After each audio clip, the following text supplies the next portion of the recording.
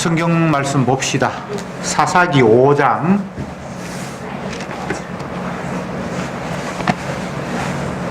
1절부터 12절까지만 봅시다. 다 읽어야 되는데 다 읽으면 너무 많으니까 12절까지 교독합시다. 제가 먼저 1절을 읽습니다. 이날에 드보라와 아비노함의 아들 바락이 노래하여 가로되 이스라엘 백성이 그를 용서하였고 백성이 그를 헌신하였으니 여호와를 찬송하라. 너희 왕들아 들으라. 방백들아 귀를 기울이라. 나 곧 내가 여호와를 노래할 것이요 이스라엘의 하나님 여호와를 찬송하리로다. 여호와여 주께서 세에서부터 나오시고 내 병들에서부터 생각하실 때에 하나님 인정하고 하늘도 세워서 푸른 인물을 내리나이다. 산들이 여호와 앞에서 진동하니 저 신의 산도 이스라엘 하나님 여호와 앞에서 진동하였도다. 아나세야를 상관의 노래 또는 야외의 가랭을 대를 앞이었고 행인들은 서로로 다녔도다. 이스라엘의 관원이 그쳤더니 나 드보라가 일어났고 내가 일어나서 이스라엘의 어미가 되었도다. 우리가 새 신들을 기다렸으므로 그때에 전쟁이 성문에 주셨으나 이스라엘 사람은 내 마음이 이스라엘의 방백을 사모함은 그들이 백성 중에서 절거히 헌신하였음이라. 여호와를 찬송하라. 빈너희를 편인을 이런 무시하는 자를 기대하는 활 쏘는 자의 짓거림에서 멀리 떨어진 물 깃는 곳에서도 여호와의 의로우신 일을 칭술하라. 그의 이스라엘을 다스리시는 의로우신 일을 칭술하라. 그때 여호와의 백성이 성문에 내려갔도다. 일제다 일제다 누구라여 일제다 일제다 너는 일제다 일제다 하나님여 하나님여 너희 사로잡은 자를 잡고 갈지어다. 아멘. 그만큼 봅시다. 4장에서 하나님께서 드보라를 여사 선지 드보라를 일으켜서 상대 적장을 이기게 하시고 이스라엘에 이제 평안을 허락하셨는데 그 전쟁이 끝난 이후에 드보라가 하나님 앞에 감사의 찬송을 부르는 노래가 5장에 기록되어 있습니다. 사사기의 패턴은 제가 여러 번 이야기했습니다만 늘 똑같습니다. 이스라엘이 하나님의 법을 떠나서 범죄를 했고 그 범죄를 하나님께서 책망하기 위해서 이방 나라를 들어서 이스라엘을 치고 그러면 이스라엘이 고통 가운데서 아우성을 치다가 결국은 하나님 앞에 부르짖게 되고 그러면 하나님이 다시 구원자를 보내서 이스라엘을 그 억압 가운데서 건져주고 이런 패턴이 계속 사사의 끝까지 진행이 됩니다. 우선 이스라엘이 하나님의 품을 떠나서 범죄하고 그럼 하나님이 심판하시고 그 다음에 심판하면 이제 간구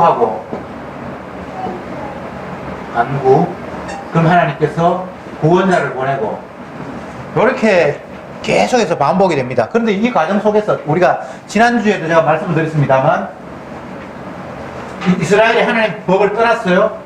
이방인을 보내서 하나님이 이스라엘을 괴롭혀요. 그러면 힘들어서 죽겠다고 아우성을 쳐요. 이 기도예요. 그럼 하나님 구원을 보내시는데 구원자를 보내시는데 여기에서 잘 이해를 해야 되는 것이 간구했을 때 하나님께서 구원자를 보내시는데 여기 가운데는 반드시 대신 희생하시는 희생자가 들어가요. 그들의 고통을 대신해서 받으면서 그들을 고통 가운데서 해방시키는 구원자가 보내지는 거예요. 이게 이제 성경의 핵심인데 오늘 말씀 5장에도 보면 하나님께서 이스라엘 백성들 중에 절거히 헌신하였다. 희생하고 헌신한 사람이 있다라는 이런 식의 표현을 썼는데 4장에서는 야엘 같은 여인이 헌신을 했죠. 그리고 4만 명의 병사들이 여기 보면 창도 방패도 전쟁 무기도 하나도 없이 하나님 앞에 불려가서 전쟁에서 헌신했다라는 이런 표현이 있죠. 물론 이 헌신들은 표면적으로는 이스라엘 가운데 희생하는 헌신자가 있었지만 장차 오실 예수님의 헌신을 미리 담당하는 역할을 이들이 했다. 이렇게 이해하시면 좋을 것 같습니다. 성경에 보면 여호와 하나님을 찬송하는 노래들이 군데군데 나와요. 예를 들면 이스라엘 백성들이 홍해를 건너서 무사히 탈출했을 때에 미리암도 찬양을 했고 모세도 찬양을 했고 하나님 앞에 찬양하는 내용이 있고, 시편에도 보면 하나님께서 적들을 물리치신 것을 찬양하고 또 적들이 물리치신 것을 찬양하는 가운데 적들이 비참하게 되는 그 모습을 또 기뻐하고 노래하는 그런 내용들도 있습니다. 오늘 본문에도 뒷부분에 나오는데 적장 시스라의 엄마가 얼마나 비참했을까를 노래하고 있어요. 한번 볼게요. 그거 몇 절에 나와 있나? 뒷부분에 28절부터 제가 다시 볼게요. 시스라의 어미가 창문으로 바라보며 창살에서 부러짓기를 그의 병거가 어찌하여 더디 오는고 그의 병거 바퀴가 어찌하여 더디 구는고 하며 그 지혜로운 시녀들이 대답하였겠고 그도 스스로 대답하기를 그들이 어찌 노량물을 얻지 못하였으랴 그것을 나누지 못하였으랴 사람마다 한두 처녀를 얻었으리로다. 시스라는 채색 옷을 노력하였으리니 그것은 수놓은 채색 옷이라도 곧 양편에 수놓은 채색 옷이니 노력한 자의 목에 꾸미리로다 하였으리라. 이렇게 돼 있죠. 이 말이 무슨 말입니까? 시스라는 적장이에요. 근데 이스라엘 백성한테 완전히 박살나서 죽었잖아요. 말뚝을 박아가지고 여인이 그를 죽였잖아요. 그랬는데 전쟁에 나가서 이제 나간 아들을 지켜보고 있는 시스라의 엄마가 우리 아들이 이스라엘하고 전쟁을 했는데 이제 언제나 돌아올 거 하면서 기다렸는데 안 돌아오니까 걱정이 되잖아요. 아이고 왜 이렇게 드디어 오지? 바퀴 병거가 너무 천천히 구르는 거 아니야? 하면서 걱정을 하고 있으니까 옆에 시녀들이 아닐 겁니다. 우리가 수많은 노획물을 가져오니까 시간이 좀 더딜 겁니다. 라고 그렇게 이야기하고 그 노획물 가운데는 뭐 앞뒤로 채색된 옷이 있을 것이고 또 그들이 전쟁에 나가서 승리해가지고 막 여자들 몇 명을 막 끌고 올 것이고 막 이렇게 이야기를 하면서 기다리고 있는 모습까지를 성경이 이 드보라가 다 노래하고 있는데 여러분 한번 생각해 보세요. 이스라엘의 입장에서는 승리지만 또 적의 입장에서는 그들이 비참하게 죽잖아요. 그 엄마의 입장을 생각을 해보세요. 근데 그거 전체가 찬양이 되거든요. 이스라엘 백성들이 홍해를 건너옵니다. 애굽의 병사들이 자기 나라에 살고 있던 종들이 갑자기 탈출을 하니까 화가 나서 말 타고 따라옵니다. 홍해 갈라지니까 자기도 뭣도 모르고 그곳으로 와요. 근데 이스라엘 병사들 다 건넜는데 애굽 병사가 따라올 때 물이 다시 합쳐져 버렸어요. 그래서 수많은 병사들이 익사당했잖아요. 그런데 홍해를 건너오고 난 이스라엘 백성들 모세의 찬양 또 모세의 누나 미리암의 찬양을 보면 애굽의 병사를 바다에 빠뜨리신 하나님을 찬양하라고 막 이렇게 나와요. 그러면 애굽의 병사 입장에서 보면 그게 찬양이 됩니까? 이거 완전 정말 억울한 일이잖아요. 여기서 제가 말씀드리고 싶은 것이 무엇인가 하면 성경은 인간의 입장에서 좋고 나쁘고를 이야기하는 것이 아니라 하나님의 자기 약속, 언약이 성취되고 실천되면 거기서 찬양이 나와요. 근데 그 언약이 성취되는 과정 속에서 수많은 사람이 죽기도 하고 비참해져요. 적장이 도망가다가 어느 집에 들어갔는데 그 여인이 처음에는 자리를 주는 척 하고 원래 그 친분이 있었잖아요. 친한 사람이었거든요. 피한 집이. 그런데 그 여인이 여호와의 이름으로 결국은 그들을 심판해 버리잖아요. 피곤해서 지쳐서 적장이 잠들은 사이에 말뚝을 가져와서 살적에 박아서 적이 죽었잖아요. 그런데 그 적장의 엄마는 전쟁 간 아들이 안 돌아오니까 왜 이렇게 늦지 안 돌아오지 그렇게 걱정하니까 주위에 염려하는 사람들이 아니 크게 승리해서 많은 전리품을 가지고 오느라고 늦겠지요 라고 이렇게 이야기하는 모습까지를 다 드보라의 찬양에 담았을 때 저쪽 편에 패한 입장에서 봤을 때 그게 과연 찬양이 되냐는 이 말입니다. 다시 이야기합니다. 찬양은 인간의 입장에서 하는 게 아니에요. 주님이 자기 뜻을 성취할 때에 그게 원더풀 찬송이 막 나오고 오늘 시편 150편 마지막 절 우리가 교독을 했는데 전체 하나님 앞에 찬양하는 것이 150편이 다양하게 찬양이 되는데 그 가운데 마지막 찬양이 호흡이 있는 자마다 여호와를 찬양할지어다 하고 다 끝이 나잖아요. 그 말은 어떤 이야기입니까? 내 입장에서 좋고 나쁘고 해서 찬양이 아니에요. 살아있는 생명이라면 다 하나님이 하시는 일 앞에 박수를 보내야 된다라는 이야기를 하고 있는 거예요. 그러면 드보라의 찬양 속에서 드보라는 이스라엘 편이니까 이스라엘이 적을 이겼으니까 찬양이 당연하겠지. 이렇게 보면 안 된단 말이죠. 그렇게 되면 반대편 패한 그 사람들은 찬양이 안 돼야 맞잖아요. 그들도 찬양해야 되는 거예요. 호흡이 있는 자마다 여호와를 찬양해야 돼요. 승리해서 찬양하고 패배해서 찬양 못하고가 아니라 하나님의 뜻이 이루어졌기 때문에 천지 만물을 다 주님 앞에 찬양해야 된다라는 이런 결론이 나오는 거예요. 근데 우리는 이런 성경을 보면서 내가 승리했고 내가 소속된 나라가 이겼으니까 찬양이 당연하다고 이렇게 생각하잖아요. 그러면 이제 그때부터 성경이 꼬이기 시작하는 거예요. 내가 일이 잘 되면 감사해요. 내가 생각했던 대로 일이 잘 풀리면. 근데 안 풀리면 그러면 불평을 해야 정상이잖아요. 그게 아니라는 거예요. 요셉이 형들의 시기 때문에 인신매매 당해서 남의 나라에 팔려가고 거기서 열심히 일했는데 강간했다고 누명 쓰고 옥에 가고 엄청난 시련을 요업은 겪었습니다. 그런데 그 마디마디 순간순간 요업의 삶을 형통하였더라 형통하였더라 형통하였더라 라고 계속해서 기록하고 있는 거예요. 이걸 제가 여러 번 이야기했잖아요. 형통했습니까? 요업의 관점에서 자기 집에서 열심히 살았어요. 아버지의 사랑을 받았어요. 그런데 어느 날 갑자기 꿈을 꾸어서 그 꿈을 형들에게 이야기하고 아버지한테 이야기했는데 그게 화근이 됐어. 해와 달이 나에게 절하고 11별이 나에게 절하더라.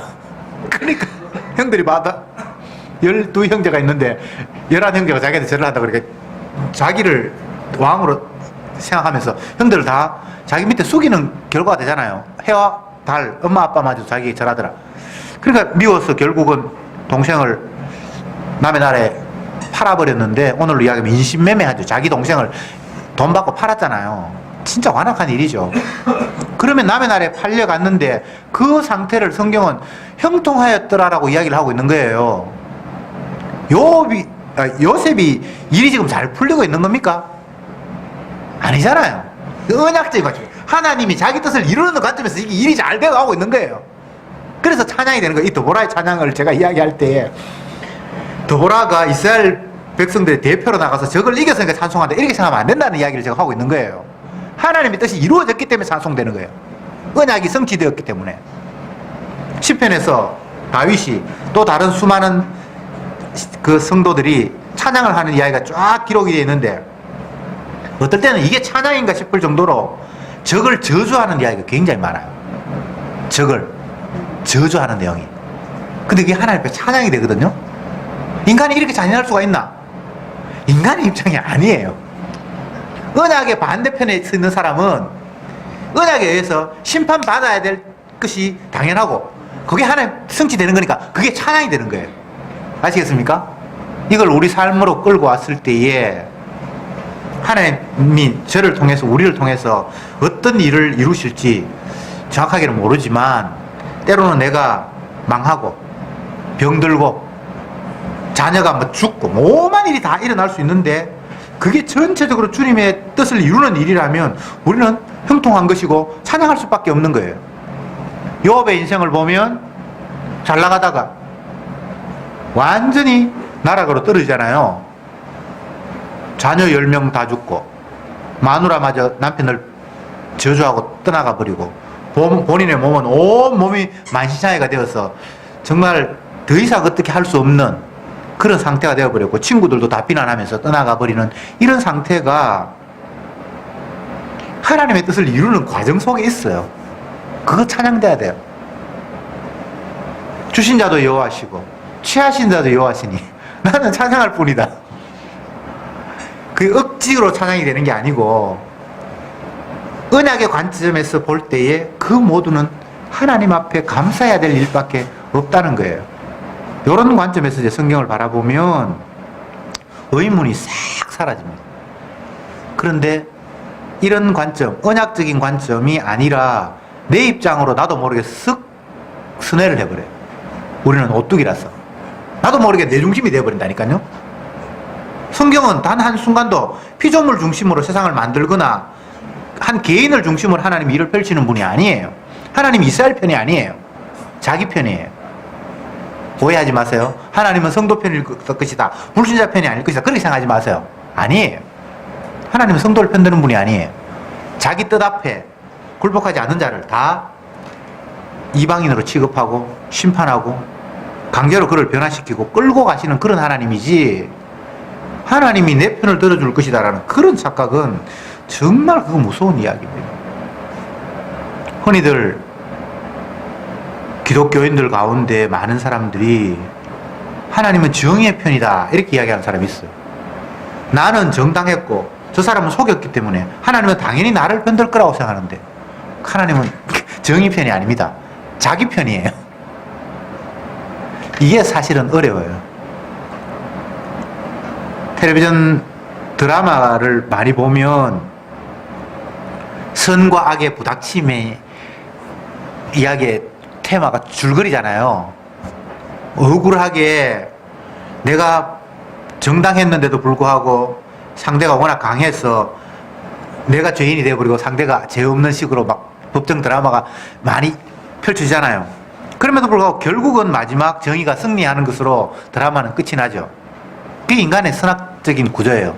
선악과를 따먹기 때문에 자기 나름대로 선악을 그렇게 구축해요.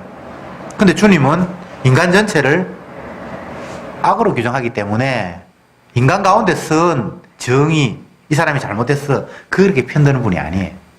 이게 어려워요. 제가 지난번에도 이런 말씀을 드렸는데,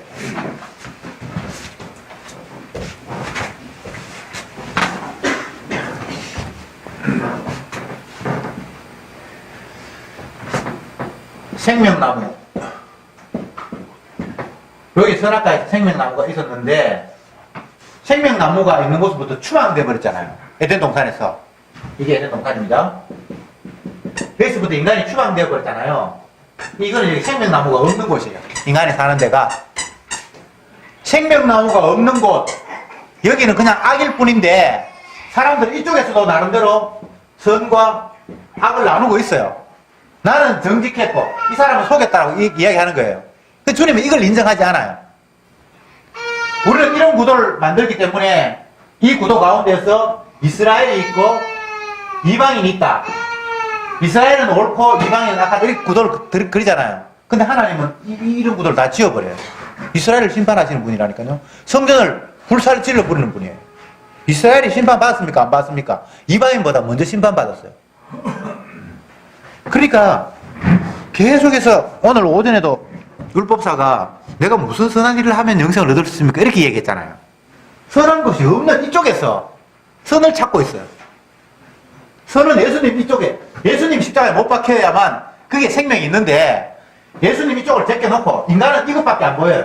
생명나무가 없는 이 세상밖에 없어요. 근데 이 세상 가운데서 또 선, 악을 나누는 거예요. 내가 착한 일도 할 수 있고 악한 일도 할 수 있다고 생각하는 거예요. 그래서 주님은 이걸 지워버려요. 아니야, 내가 죽어야 돼 라고 이렇게 이야기가 전개된단 말이죠.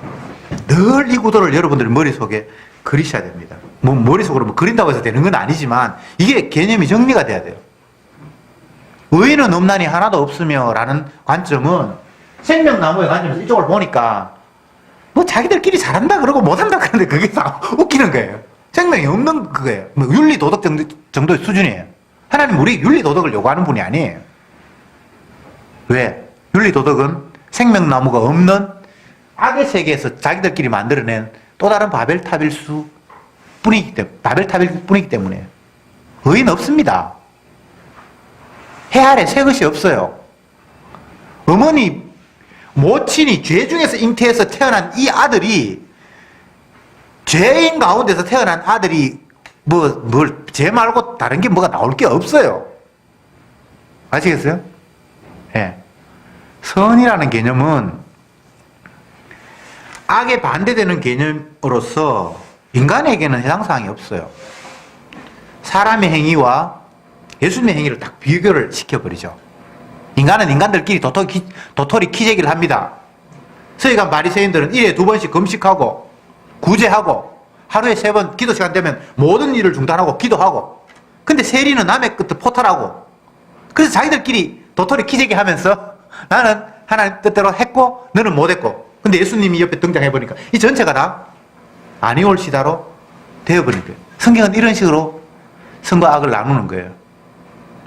주님 앞에 누구도 나 행동 이만하면 됐지요 라고 할 수 없을 만큼. 그래서 사도 바울은 십자가가 너희 눈에 안 보이냐? 이렇게 이야기하는 거예요. 예수님이 너희 눈에 안 보이냐? 예수님이 보여버리면 그 앞에는 다 죄인이에요. 왜? 우리 죄 때문에 돌아가셨고 내가 예수님을 죽였기 때문에 예수님을 살해한 그 현장을 너희들이 지금 목격하고 있다면 네가 지금 잘했니 못했니 행동 똑바로 했니 못했니 라는 그 이야기가 안 나온다는 거예요. 무슨 말인지 이해가 되죠? 자꾸 사람들은 십자가 앞에서 나를 비교하는 것이 아니라 죄인들끼리의 우열을 가리려고 하는 거예요. 죄인들끼리 무슨 우열이 있습니까? 뭐 똥 묻은 개가 뭐 겨 묻은 개 나무랜다. 우리 옛날 그런 표현이 있잖아요. 젤긴 똥은 똥아이가 뭐 이런 표현도 있고. 네, 너무 유치합니까? 똑같다는 거예요. 그게 그거라는 거예요. 네. 그래서 주님의 입장에서 봤을 때는 땅에 있는 것, 인간에게 있는 것, 지음받은 피조물은 똑같아요. 창조주와 비교를 해버리면 피조물끼리 우열을 가릴 수 있는 무엇이 없어요. 다시 이제 본문으로 돌아가서 사사가 처음 등장했을 때 사람 이름들을 한번 우리가 기억해 봅시다. 맨 처음 사사가 누구였죠? 온니엘이었는가? 온니엘은 이방인이었습니다. 그 다음에 두 번째 사사가 누구였습니까? 두 번째가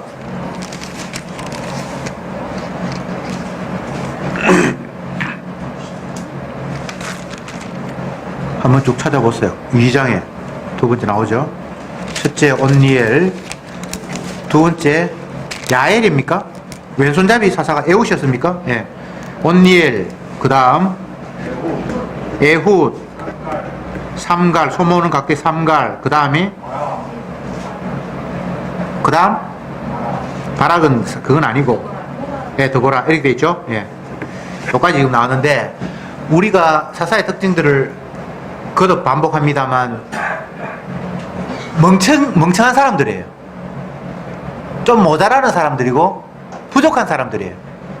이스라엘을 구원하는데 이스라엘 평균 수준보다 더 똑똑하거나 대단한 사람을 구원자로 세우는 것이 아니라 별 볼 일 없는 사람을 세워서 이스라엘을 구원해요. 이것은 너희들의 힘이나 지혜로 인간의 지도자가 똑똑해서 구원하는 것이 아니라 여호와 하나님께서 그들을 불쌍히 여겨서 구원한다라는 표시예요. 온니엘은 이방인이었고 에훗은 왼손잡이였고, 왼손잡이라는 말은 오른손에 장애가 있다라는 그런 식으로 이해하면 되고, 또 아니면 정상적인 사람이 아니다. 오른손잡이라 해 정상적인데 왼손이다라는 말은 이게 뭔가 비정상적이라는 그런 의미로 받아들여도 되고, 두 가지 다 정상이 아니에요. 그 다음 삼갈은 적을 물리치는데 소모는 막대기로 적을 이겼다고 얘기해요. 이게 참 웃기는 이야기잖아요. 그리고 드보라는 여잔데 이스라엘 백성들을 구원한 일에 앞장서서 남자 장군은 겁이 나가지고 도망가는데 결국은 다른 여자에 의해서 적장을 이기는 이런 모습 속에서 하나님이 이스라엘 백성들을 구원하는 역사를 펼쳐 보여주셨어요. 힘이 아니죠. 인간적인 능력이 아니죠. 아무것도 아닌 것 같은데 적장을 이기는데 이스라엘 백성들 가운데도 대표한 사람이 나왔어요. 그런데 여자 사사 치마폭에 쌓여서 내 혼자 보내면 난 겁나서 못 가요. 선지자님 같이 가요. 그러면 내가 나갈게. 결국 그런 모습. 근데 결국은 적장을 자기가 죽이는 것이 아니라 남의 집에 도망갔는데 그 집의 여인이 그 적장을 죽이는 이 모습. 이런 모습을 통해서 계속해서 하나님은 이스라엘을 구원하면서도 이스라엘의 죄악을 고발하고 있어요. 너희들이 얼마나 못난 놈이었으면 이런 모습일까라고 계속해서 그들의 허물과 죄를 드러내는 식으로 하나님은 일하십니다. 성경에 나타난 표면적으로 큰 일을 했던 선지자의 모습을 보면 얼마나 그들이 주님의 일을 하는 가운데 죄악이 두드러지는지를 성경이 다 기록해 놨어요. 모세 같은 사람도 하나님 앞에 계속 원망하고 10번 이상 원망해. 내가 이 백성을 낳았습니까? 반석을 때리기도 하고 백성들을 향해 막 분노하기도 하고 다윗도 마찬가지고 주님이 그를 세워서 자기 백성들을 어려운 가운데서 건져내는 역할을 하는데도 불구하고 그 역할을 하면서도 불구하고 본인의 죄가 드러나도록 하시는 거예요. 그래서 모세 같은 사람은 너 홍해에 못 들어가, 가나안 땅에 못 들어가, 이렇게 제외시키는 모습으로. 쉽게 이야기하면 인간을 들어서 사용하되 그가 한 것이 아니야. 그도 똑같은 죄인이야. 목사가 복음을 전하는데 예수 못 믿는 그냥 모든 사람 가운데 그냥 한 명일 뿐이에요. 그가 제대로 믿어서 뭐 이렇게 떠드는 것이 아니라 그냥 주님이 그의 입을 마이크로 스피커로 그냥 사용해서 광야에서 외치는 자의 소리로 그냥 활용할 뿐이에요. 그렇게 세례 요한이 고백하잖아요. 나는 아무것도 아니라고. 나는 그의 발등상을 바로 올려놓을 정도도 안 되는 존재라고. 네가 세례도 주고 수많은 사람들이 능력도 행하고 너 뭐 대단한 사람인 것 같은데 네가 선지자냐? 네 신학교 어디 나왔어? 족보가 어디야? 너 혈통이 누구야? 그렇게 막 따져 물었잖아요. 그러니까 본인이 뭐라고 얘기합니까? 나는 아무것도 아니다. 나는 광야에 외치는 자의 소리다. 내 주목하지 마라. 물 세례 이거 아무것도 아니다. 흉내 내기인데 불과 성령으로 세례 줄 분이 계신다는 걸 보여주기 위해서 그냥 나는 이거 흉내 내니까 이거 세례 주는 거 이거 의미 부여하지 마. 내가 너보다 대단하거나 그런 게 아니고 하나님 그냥 날 시켜서 이 일을 하고 있을 뿐이라고 그냥 이야기하는 거예요. 이건 주님 앞에 끌려다니는 성도만이 할 수 있는 고백이에요. 나 믿음 없어요. 아무것도 아니에요. 그냥 주님께서 날 끌고 가셔서 나 여기까지 끌려왔어요. 몇 달 전에 뉴스가 났는데 강원도에 어떤데 어느 지역에서 누가 갑자기 이제 뭐 물가에 바위에서 놀다가 물에 빠졌는가 봐요.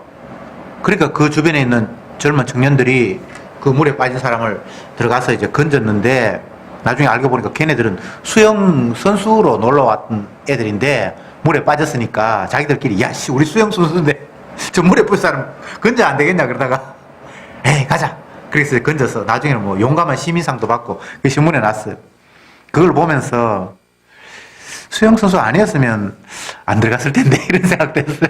자기들끼리 우리가 이렇게 수영 선수인데 만약에 옆에 물이 빠졌는데 우리가 못 건지면 내 체면이 뭐가 되겠냐 이런 생각이 아마 그들을 강제로 떠밀었던 같은 그런 느낌이 드는데 제가 이제 왜 이 이야기를 하는가 하면 성도가 주님 앞에 사용받을 때 여기 뭐 더보라 같은 사람이 갑자기 사사가 되어서 나갔을 때 아니면 또 바락 같은 사람이 장군으로 더보라와 함께 갔을 때에 그들이 자원하거나 그런 모습이 아니라 그냥 떠밀려 간 거예요. 나도 모르게 하나님 바다 날 확 밀어버렸어. 그러니까 내가 헤엄을 쳐서 누구를 건지는. 그래서 결국 그 일이 주가 하셨습니다라고 말할 수밖에 없도록 하는 환경. 그게 주님의 일하심의 방법이에요.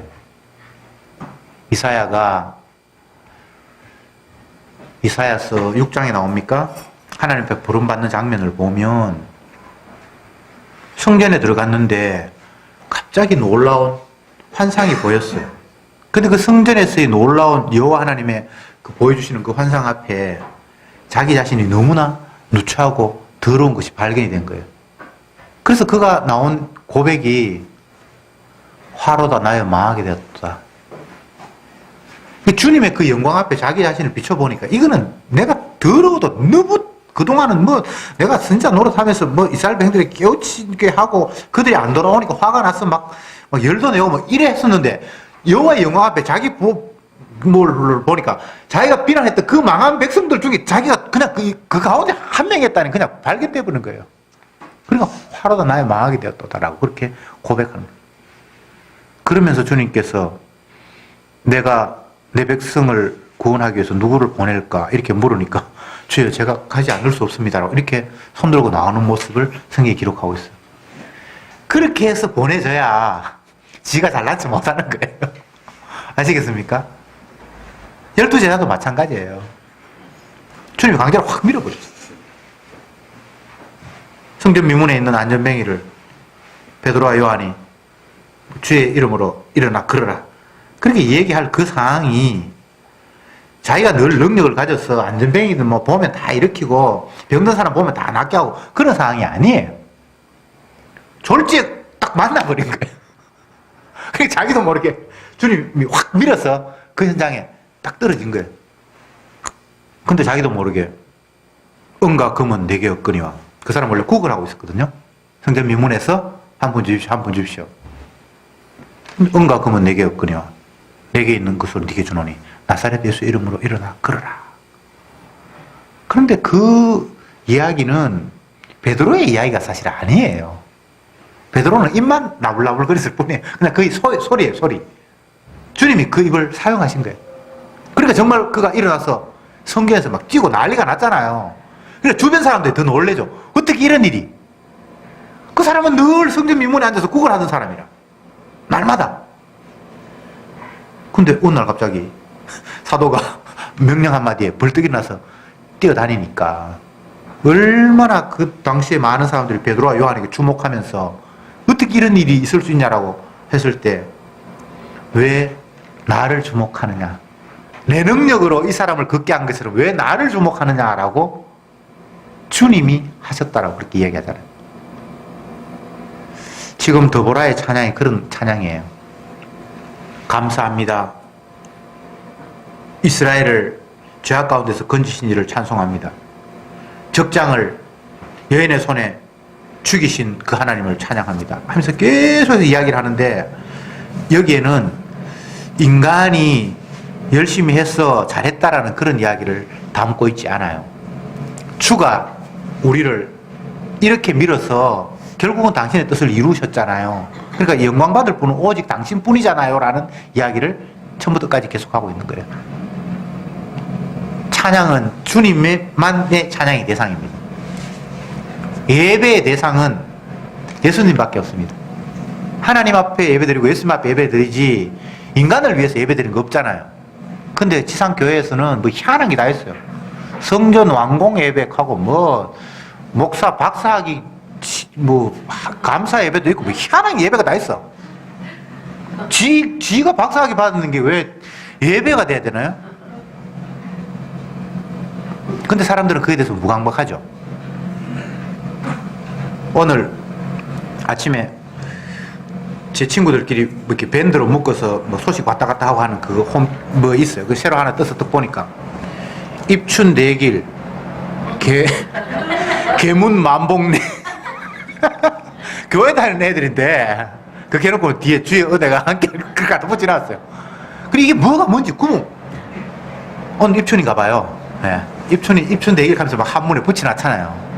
그게 예수 믿는다는 사람의 의식 가운데서도 이제 봄이 됐으니까 큰 길한 일이 있었으면 좋겠다 그러고 문만 열면 막 복이 막 쏟아지기를 원한다 그러고, 중국 같은 데 가면 복복자를 거꾸로 딱 붙여가지고 복이 자기 집에 쏟아지도록 만들고, 그게 예수 믿는다고 하는 사람들의 의식 가운데도 그냥 한 모퉁이에 그냥 차지하고 있는 거예요. 대박 새해 돼가지고 대박 터지라 그러고, 복이 뭔지, 무엇이 진정 주님이 원하시는 것인지, 정말 성도에게 무엇이 유익한지를 똥오줌도 구분 못하고 막 섞여 있는 거예요. 새해 복 많이 받으세요. 예수 믿는 사람도 습관이 돼가지고 뭐 해가 바뀌고 하면 그게 얼마나 이게 도대체, 그러니까 주님이 그런 모습을 보면서 얼마나 답답하실 것 같아요. 뭐가 복인지. 해가 바뀌면 복이 옵니까? 예? 그 복을 빈다라는 그 자체도 웃기는 거예요. 뭐가 복인지도 모르면서 복을 빌어준다는 거예요. 덕담한다는 거예요. 아이고 올해는 꼭 시집 가야지요. 애 하나 뭐 순사 낳았어요. 그게 좋은 소리라는 거예요.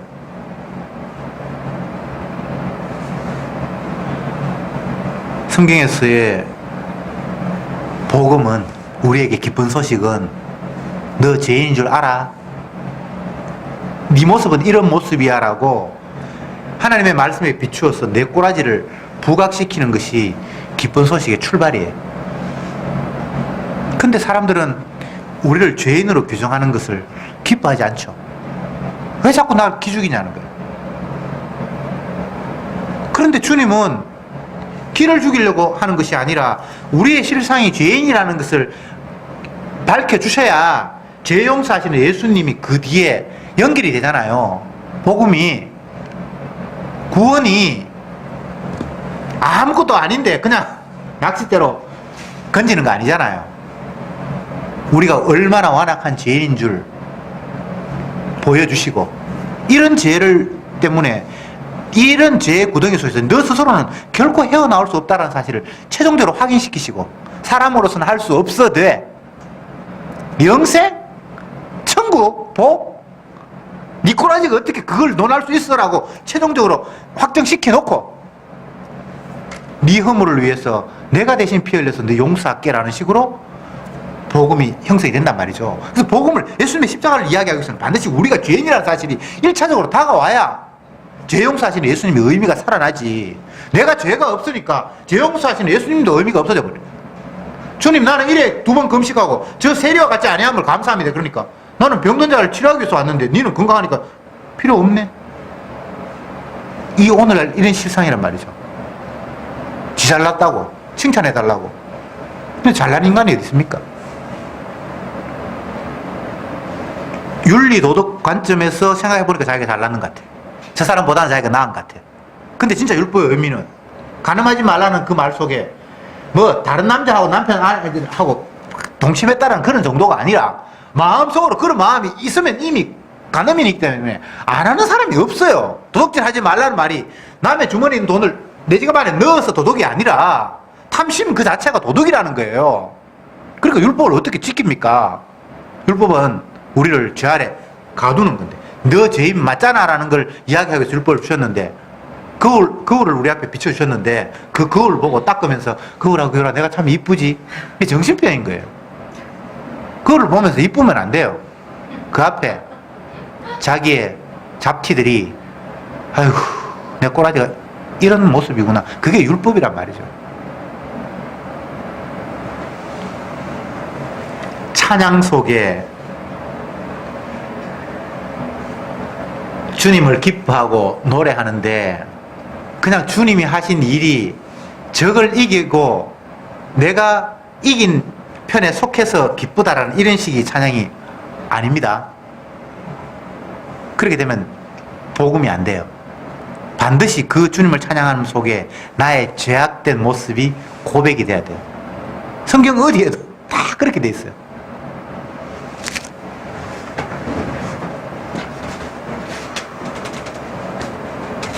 지금 찬양, 더보라의 노래, 이 찬양인데 얼른 보면 찬양이 주님이 이스라엘을 승리하게 하셨고 적을 이기셨다라는 그런 내용이 표면적으로 보면 들어오잖아요.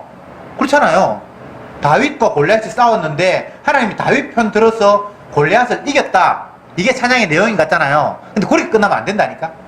반드시 이 승리에 대한 차이, 주님의 승리를 찬양하는 건데, 이 주님의 승리의 찬양 속에는 나의 죄, 이게 들어가야 돼요.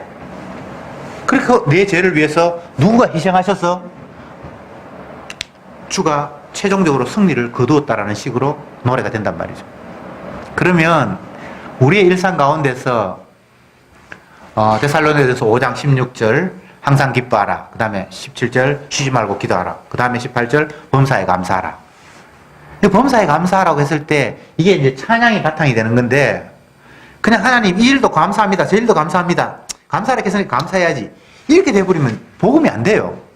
그 감사 속에 왜 감사한지, 내가 얼마나 완악한 죄인이가 거기에 들어가고, 이런 죄인을 위해서 주님이 대속의 피를 흘리셔서 나를 이곳에 인도하셨구나라는 게, 그게 세트로 딱 들어가야지만 그게 제대로 된 감사예요.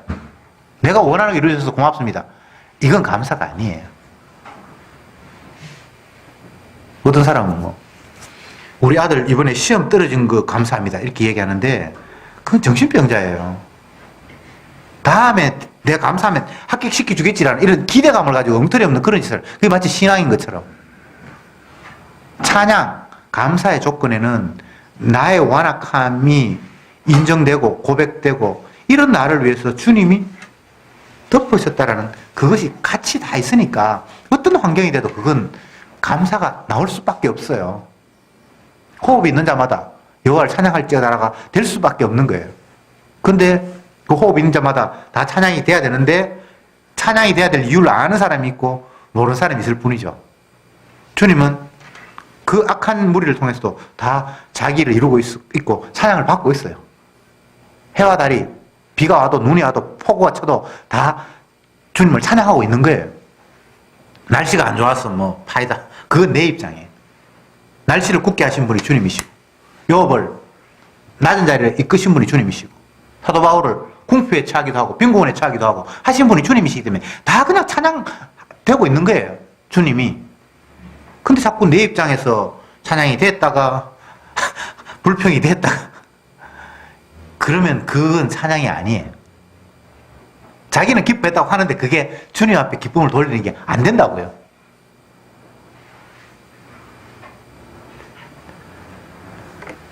다윗은 우리가 잘 아는 대로 하나님 앞에 떠밀려서 전쟁터에 이방 왕하고 툭 맞닥뜨려 버렸잖아요.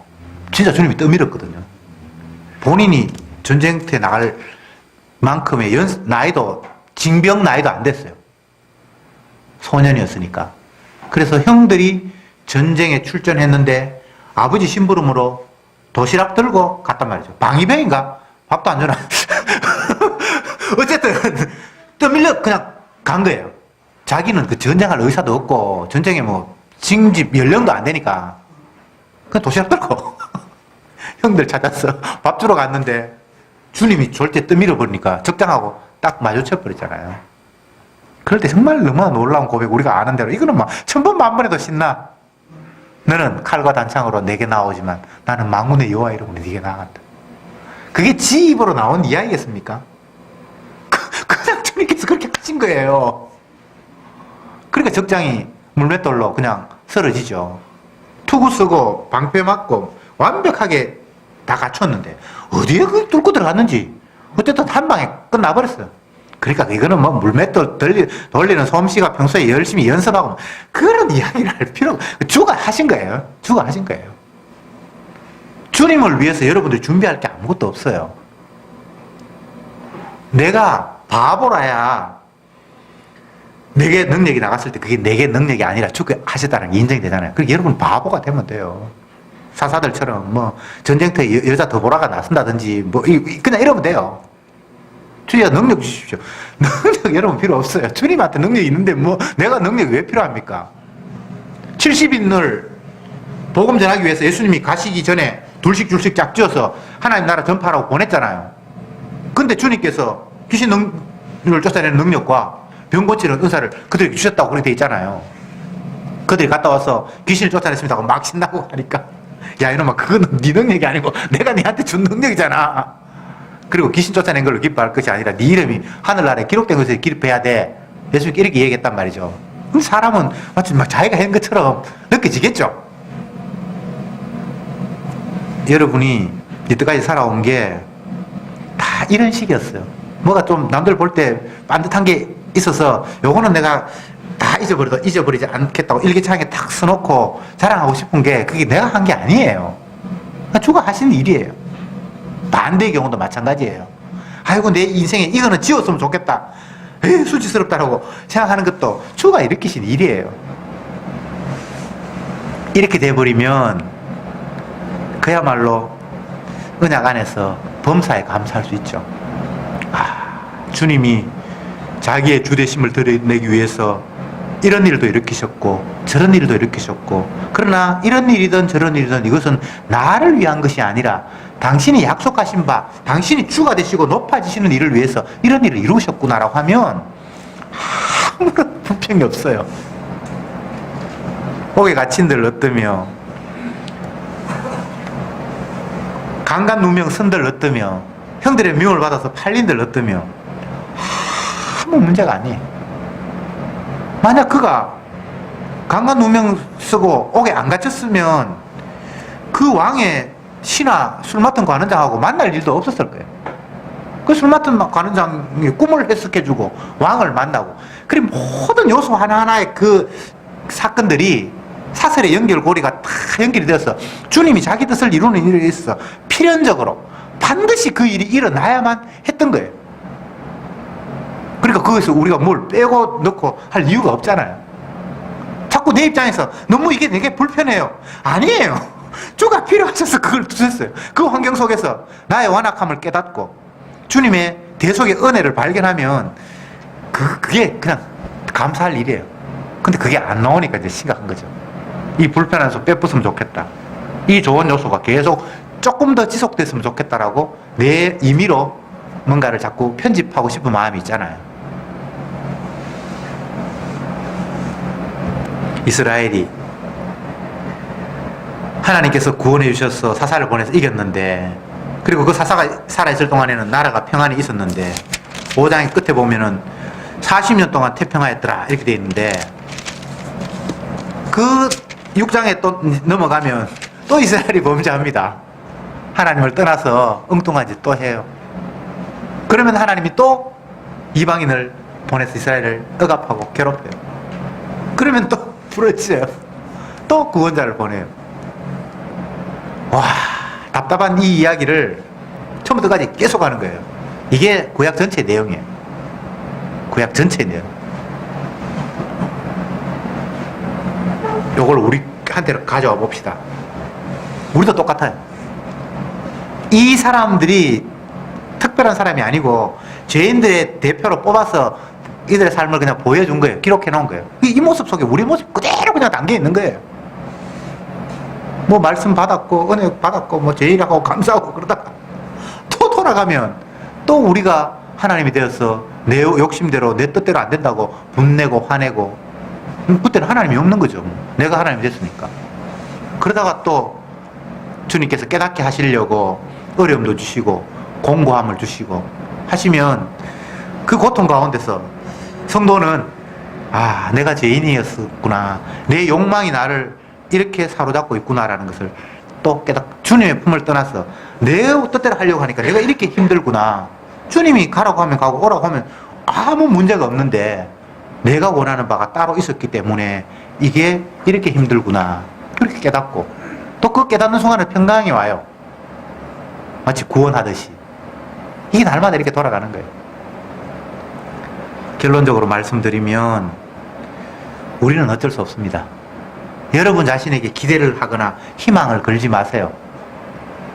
주님은 우리에게 희망을 안 거는데 여러분 스스로 왜 희망을 겁니까?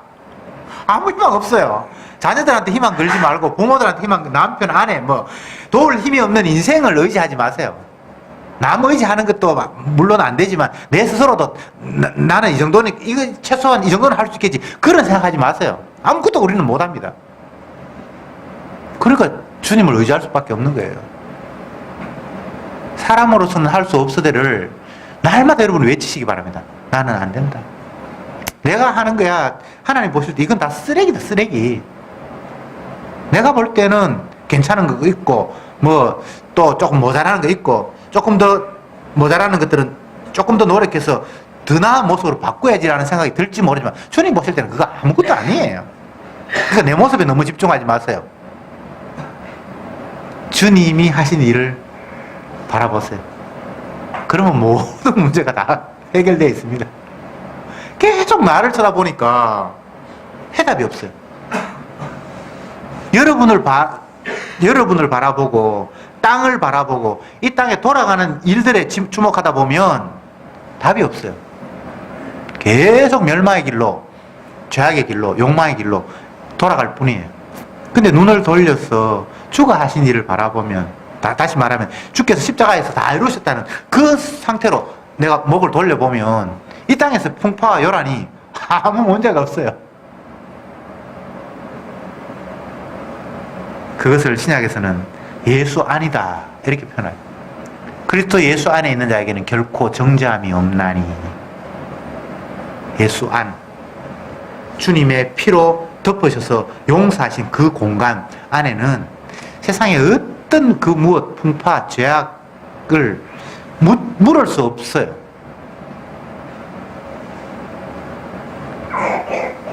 실수로 범죄를 하고 죄악을 범했었다 할지라도 제사장에 계시는 그 공간, 도피성 안으로 들어가면 누가 나를 원수 갚지 못해요. 그러니까 우리에게 희망은 도피성이잖아요. 예수 아니잖아요. 주님의 십자가의 보혈로 나를 덮어주심. 그 죄의 사함을 받고 그 허물의 가리움을 받은 자가 복이 있다. 죄 없는 자가 복이 있는 게 아니고 죄 안 짓는 자가 복이 있다라고 말하지 않고 죄가 있는데 그 죄가 사함을 받고 허물이 있는데 허물이 덮어져서 가려지는 자가 복이 있다고 하잖아요. 그 가려지는 공간은 예수님 아닙니다. 십자가를 벗어나서는 죄를 가릴 수 없어요. 아담이 범죄하고 지가 수치를 가리기 위해서 나뭇잎으로 가려놨는데 그건 가려질 수가 없는 거예요. 안 돼요. 그러니까 주님께서 짐승을 잡았어. 그 짐승의 가죽으로 가리시는. 그게 예수님이 자기의 희생으로 자기 백성을 가리는 거예요. 기도합시다. 주님, 감사합니다. 오늘 이 시간 드보라의 찬양을 통해서 과연 찬양이 무엇인가를 생각해 보았습니다. 내가 원하는 일이 이루어져서 내 환경이 나아져서 찬송하는 것이 아니라 주님이 약속하시고 뜻하신 바가 성취되었기에 찬송할 수밖에 없고 그 주님이 원하신 바가 성취되는 과정 속에 우리의 나약함과 완악함과 교만함이 폭로되는 것이 또한 필수적으로 담겨 있다는 사실을 확인했습니다. 제발 나 잘났다고 남들 앞에 주님 앞에 내세우려고 하는 그런 교만이 아니라 주님의 의 앞에 내가 얼마나 쓰잘데없는 존재인가를 날마다 확인케 하시고 그래서 더 이상 나에게 주목하고 나에게 기대하는 것이 아니라 나를 대신하신 주님을 바라보면서 온전히 그 대속의 은혜만 기대하며 찬송하며 감사하며 살아가는 저들이 되게 하옵소서. 예수님의 이름으로 기도드리옵나이다. 아멘. 마치겠습니다.